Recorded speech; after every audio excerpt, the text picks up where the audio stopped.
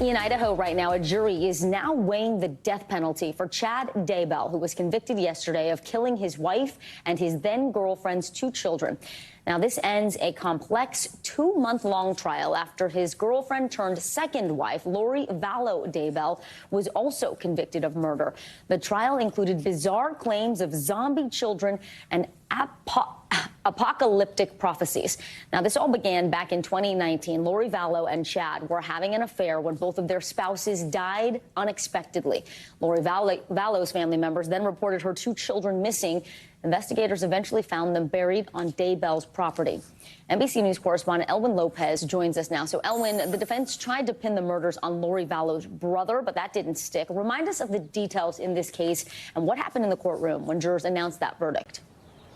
Yeah, Vicki, this case has been in the making for years. There's been a long line of bizarre twists and turns, and the case is really centered around Chad Daybell's extreme religious beliefs that there was a doomsday coming and that there were dark and light spirits and that the dark spirits needed to die. Now, keep in mind that Chad Daybell was married to his wife Tammy when he met Vallow. Then Vallow's youngest children, JJ and Tylee, went missing back in 2019. Less than a month after that is when Chad Daybell's wife Tammy was found dead under mysterious circumstances.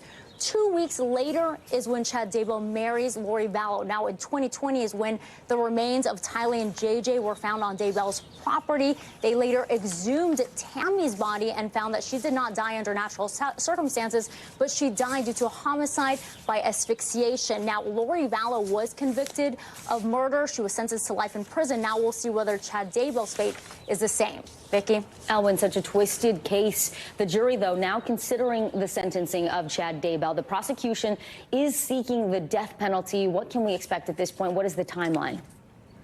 Yeah, so the same jurors who decided his guilty fate now will decide as to whether or not he will be facing death or life in prison. Now, keep in mind that here today we could expect to hear victim impact statements from Tylee and JJ's family members.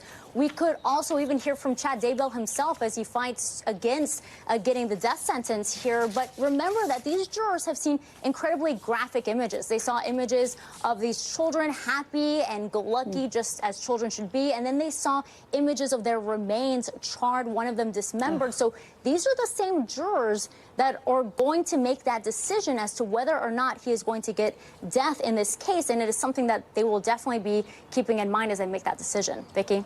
NBC News correspondent Elwin Lopez. Elwin, thank you.